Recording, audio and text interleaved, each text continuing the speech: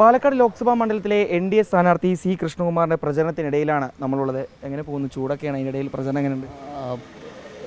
അന്തരീക്ഷത്തിലെ ചൂടിനോടൊപ്പം തന്നെ തെരഞ്ഞെടുപ്പ് ചൂടും കൂടിക്കൊണ്ടിരിക്കുക.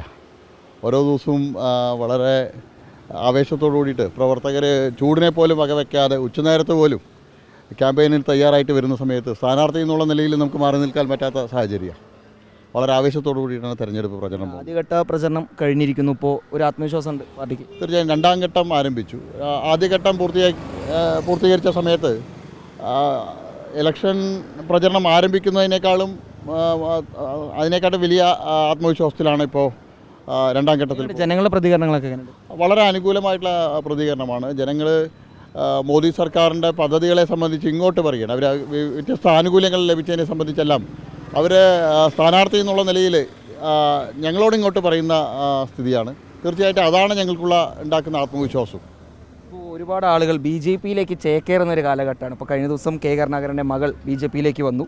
അതിന് പിന്നാലെ പത്മിനി തോമസ്, അങ്ങനെ ഒരുപാട് പേര് വരുന്നു. പാലക്കാട് ഏതെങ്കിലും രീതിയിൽ ആരെങ്കിലും അപ്രോച്ച് ചെയ്തിരുന്നു?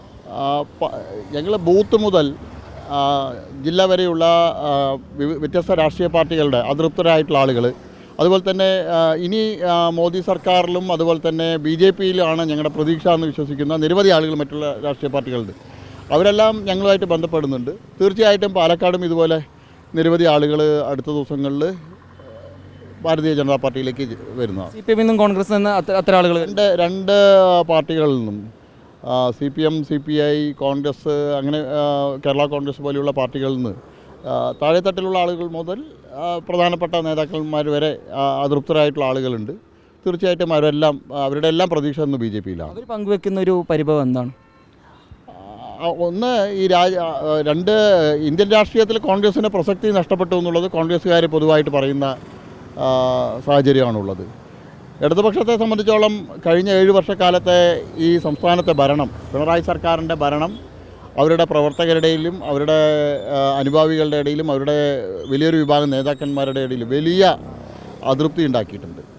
ഈ ദുർഭരണം പാർട്ടിയെ നശിപ്പിച്ചു എന്ന് അവർ വിശ്വസിക്കുന്ന ആളുകളാണ്. അവരിപ്പോൾ പ്രതീക്ഷ അർപ്പിക്കുന്നത് നരേന്ദ്രമോദിജിയിലാണ്. ക്യാമ്പയിൻ രണ്ടാം ഘട്ടത്തിലേക്ക് എത്തുമ്പോൾ തന്നെ പ്രധാനമന്ത്രി വന്നിട്ടാണ് ഇനിയിപ്പോൾ ക്യാമ്പയിനൊരു ഊർജ്ജം നൽകാൻ പോകുന്നത്. തീർച്ചയായിട്ടും ഞങ്ങളെ പ്രവർത്തകരെ സംബന്ധിച്ചോളം, അനുഭാവികളെ സംബന്ധിച്ചോളം ആവേശത്തിൻ്റെ കൊടുമുടിയിലാണ്. അതോടൊപ്പം തന്നെ ജനങ്ങൾ, പാലക്കാട്ടെ അമ്മമാരും സഹോദരിമാരും എല്ലാം മോദിജിയെ ഒരു നോക്ക് കാണാനായിട്ട് തയ്യാറെടുത്തിരിക്കുക. അവർക്കാണ് ഞങ്ങളെക്കാളും കൂടുതൽ ആവേശം. മോദിജിയെ ഒരു നോക്ക് കാണാൻ, അദ്ദേഹത്തോടൊപ്പം കുറച്ച് സമയം ചെലവഴിക്കാൻ കിട്ടുമോ ചോദിച്ചിട്ടാണ് പല ആളുകളും വിളിക്കുന്നത്. ഒരുക്കങ്ങളെല്ലാം പൂർത്തിയായി? തീർച്ചയായും എല്ലാ ഒരുക്കങ്ങളും പൂർത്തിയായി. പാലക്കാട് ഇതുവരെ കാണാത്ത തരത്തിലുള്ള വലിയൊരു ജനക്കൂട്ടം മോദിജിയെ സ്വീകരിക്കാനായിട്ട് പാലക്കാടൻ ജനത അന്ന് പാലക്കാട് നഗരത്തിലുണ്ടാവും.